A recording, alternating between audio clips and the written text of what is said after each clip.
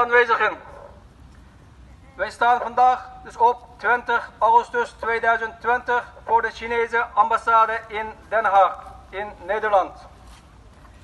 Wij hebben vandaag op de Koningin Julianaplein met honderden Oeigoeren en andere geïnteresseerden gedemonstreerd tegen de Chinese overheid. Vervolgens zijn wij vanuit de Koningin Julianaplein hierheen getrokken om onze demonstratie voor te zetten. Inmiddels zijn we bezig met demonstratieprotest tegen de Chinese overheid. Het doel van onze protest is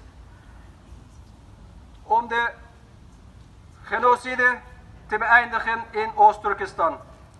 Gedwongen arbeid zo snel mogelijk stop te zetten. En de miljoenen Oeigoeren die in concentratiekampen vastzitten zo snel mogelijk vrij te laten. In Nederland wonen duizenden Oeigoeren. Al de Oeigoeren hebben geen contact met hun familieleden in Oost-Turkestan, zogenaamd provincie Xinjiang.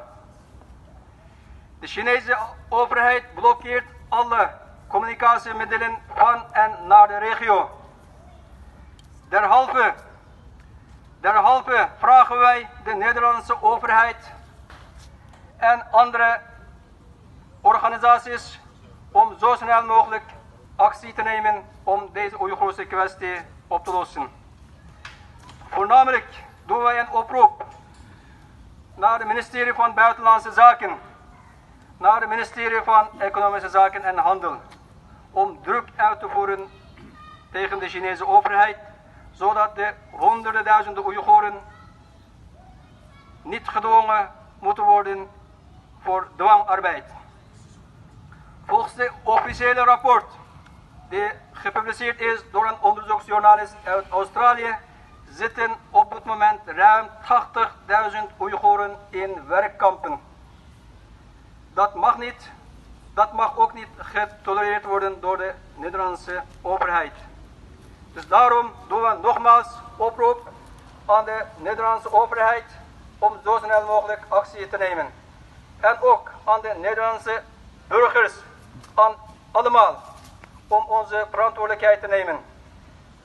Iedereen kan eigen steentje bijdragen om de dwangarbeid in China te beëindigen.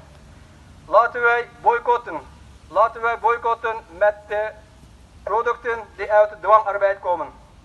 Er zijn meer dan 80 bedrijven die profiteren van de dwangarbeid. En die bedrijven zijn allemaal online te vinden.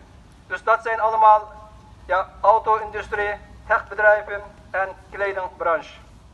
Dus wij moeten ook die bedrijven de nodige schade toebrengen, zodat zij ook gedwongen zijn om te onderhandelen met de Chinese fabrikanten, zodat de omstandigheden voor de Oeigoerse arbeiders verbeterd kunnen zijn.